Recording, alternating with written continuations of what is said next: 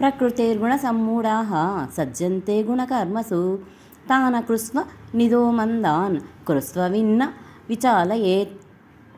ప్రకృతి గుణములచే పూర్తిగా మోహితులైన మనుష్యులు ఆ గుణములయందును కర్మలయందును మిక్కిలి ఆసక్తులగుదురు. అట్టి మిడిమిడి జ్ఞానము గల మందబుద్ధులైన అజ్ఞానులను పూర్తిగా తెలిసిన జ్ఞాని అయిన వాడు భ్రమకు ఊగిసలాటకు గురి చేయరాదు.